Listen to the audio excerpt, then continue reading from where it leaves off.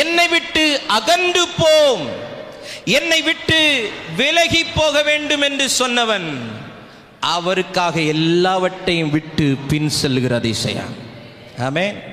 இப்போ முதல் வசனத்தில் வாசிக்கும் போது ஆண்டவரை பார்த்த உடனே பேதுரு சொல்றான், நான் பாவியான மனுஷன், என்னை விட்டு போக வேண்டும். இப்போ 11வது வசனம் சொல்லுகிறது, அவன் எல்லாவற்றையும் விட்டு அவருக்கு பின் சென்றான். ஆமென். நான் இப்படி எழுதி வைத்திருக்கிறேன், அகன்று போ என்றவனை அடிபணிய வைக்கிற ஒரு அதிசயத்தை இந்த வருஷத்தில் தேவன் செய்வார்.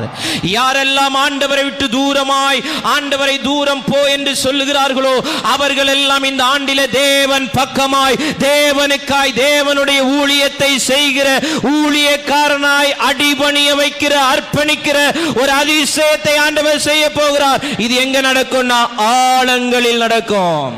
இது ஆழங்கள்ல நடக்கும். ஆமென். அகன்று போ என்றவன் இப்போ அடிபணிந்து போகிறான், அர்ப்பணிக்கிறான்.